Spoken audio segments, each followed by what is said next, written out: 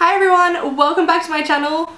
That was lame. My name is Chantel and today I'm going to be showing you what is on my iPad and how I use it. The iPad that I have is an Apple iPad Pro 12.9 inch, Wi-Fi only, and it's the 256 gigabyte iPad. I purchased it on the 31st of July this year, and now that I've gotten to use it over the past couple months, I've become very attached. I don't go a day without it, and that's probably a bad thing. Today I'm going to be showing you what I use it for. I myself, I'm a uni student and I work part-time, and I also like to keep things very organized. I mainly use it for uni, and I'm going to run you through the apps that I use for that, and I also use it for organization and productivity at home. And I'm also going to show you the other apps that I just use on my iPad for fun. If you haven't already, I would love if you hit the subscribe button so you don't miss more videos like this, and also the notification bell so you are actually notified of when I upload. So this is the home screen that I have when I unlock my iPad. I'm someone who likes to keep everything in folders, and I don't really like anything not in a folder. I just feel like I need to have everything organized with its own label and its own emoji, and then that way we can all be happy. I don't like having a crazy background on my iPad, only because I like the simplistic minimalistic look, and then that way everything doesn't seem so hectic and crazy. Going across the top, we've got the settings, clock, camera, photos, and also Google Calendar. I prefer to use Google Calendar over iCal, only because I've been using Google Calendar a lot longer, and just the way that it works and the interface, it's my personal preference. So I've got those main apps across the top because they are the main apps that come with the iPad that I use the most. Going down to the next line, I've got my basics folder, and these are basically that was so late. These are the apps that just come with the iPad. These are the stock standard apps that Apple throw in. How nice. So through here, I mean, you can see all of the apps, and I'm sure that we all hide the same apps as well. Next one along, I've got my productivity ones, and although that these are more apps that come standard with Apple, these are the apps that I use more frequently. So iMovie, Keynote, the App Store, Numbers, iTunes, Contacts, FaceTime, iTunes U, Pages, Notes, Reminders, Google Maps, Google Drive, iCal, iTunes, and Messages. In this folder, I predominantly use Google Drive the most, I'd say, only because I'm constantly saving and transferring files from my phone to my iPad to my MacBook to this, that, and the other. And I do prefer Google Maps over Apple Maps, and that's about it. Next one across, we've got all of the socials. The most deadliest folder to me. One of the two most deadliest folders for me, because otherwise I just get lost in a world of social media and I don't get off my iPad, and it's a problem. So as per usual, in the socials, we've got Facebook, Messenger, Instagram, YouTube, Stan, Netflix, Spotify, Pinterest, YouTube Studio, Snapchat, Bitmoji, and Story Art. I personally don't use Twitter or Tumblr or anything like that, but having all of these apps in one folder means that I can condense my guilt. But I mean, this way keeps everything organized. Like, I can see what's going on and I know exactly where I need to jump to when I'm after a certain app.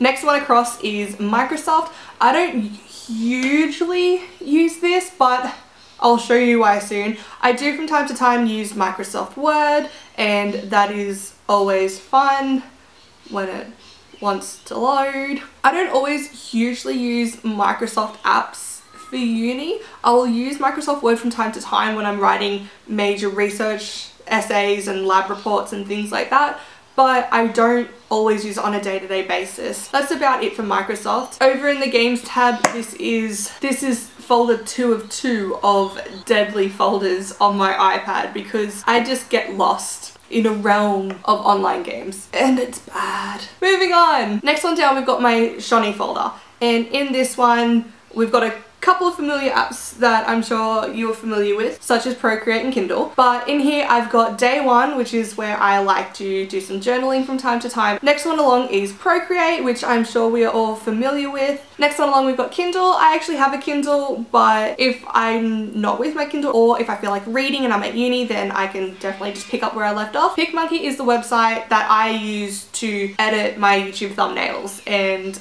I've used it since a kid and it's still fantastic. Same with VSCO. I've used this app for a very long time. I use it on my phone more than I use it on the iPad. This is another fantastic editing app for all of your pictures, and I love it. Next one being Dropbox. It's Dropbox. And the last one is Magic Eraser, which is just something that I use to create my stickers for my digital bujo. Next one along is just kind of your junk apps, I guess. We've got like Etsy and Uber Eats, Amazon, Wish, Mealtime, Calm, Translate Now, Gumtree, Drawer, Seek, and Indeed Jobs. It's not that I'm looking for a job, it's more I just like to have my ear to the ground. The last folder is my uni folder. Now it looks really tiny, because it is, but I've got a reason. I first created this folder and I had everything in it, and then I realized that because my main purpose of my iPad was to organize things and do my uni work, I felt that it was really inefficient to having to keep going into the folder, back out, into the folder, back out. What I ended up doing is putting all of my main apps down in the bar below. So along here we've got my file app, Chrome, I've also got Safari. Next is GoodNotes. GoodNotes is my bread and butter. We love our bread, we love our butter, we love our GoodNotes. This is the main app that I use for uni. I'll come back to that in a sec. The next one along is Adobe, and this app is fantastic because I primarily use it as a split screen function. For example, we'll have my uni notes here open up in Adobe. I can then hold this button, bring it across to the side, and I generally have my lecture slides on one side